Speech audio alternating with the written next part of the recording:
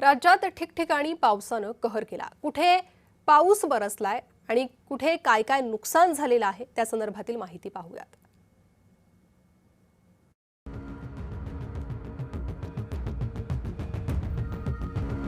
रायगड जिल्ह्याला पावसानं झोडपून काढलंय। अंबा नदीनं धोक्याची पातळी ओलांडली आहे। पुराचं पाणी नागोठणे शहरात शिरलंय। नागोठणे बाजारपेठ, एसटी स्टँड परिसर जलमय झालाय।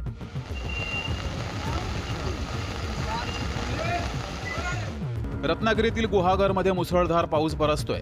पावसामुळे ग्रामीण भागातील रस्ते पाण्याखाली गेलेत। अनेक ठिकाणी झाडांची पडझड झाली आहे। घरांचं नुकसान झालंय। अनेक गावांचा संपर्क तुटलाय।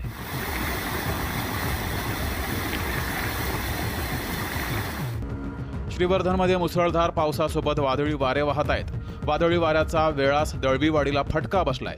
वादळी वाऱ्यामुळे घराचे पत्रे उडाले। रत्नागिरी जिल्ह्यामध्ये मुसळधार पावसामुळे जगबुडी नदी धोका पातळीच्या वर वाहतीये।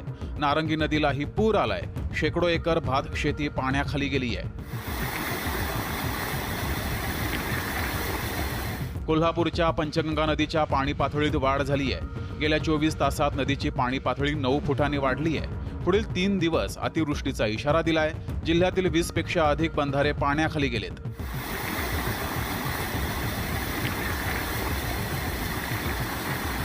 पनवेल तालुक्यातील आपटे गावाला पाण्याचा वेढा पडलाय। संपूर्ण आपटे गाव पाण्याखाली गेलंय। सर्वत्र गुडघाभर पाणी आहे। पाताळगंगा नदीचं पाणी गावात शिरलंय।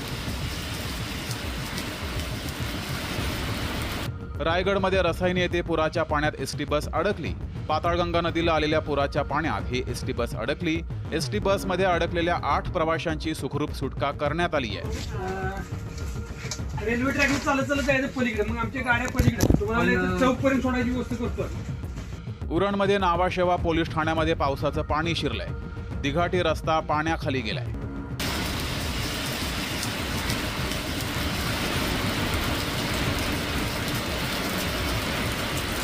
उत्तर पुणे जिल्ह्यातही जोरदार पाऊस बरसतोय। शिरूर, खेड, आंबेगावला पावसानं झोडपून काढलंय।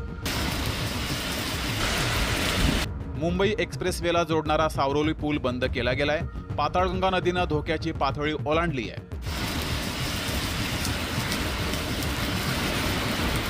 ब्युरो रिपोर्ट, जय महाराष्ट्र न्यूज, मुंबई।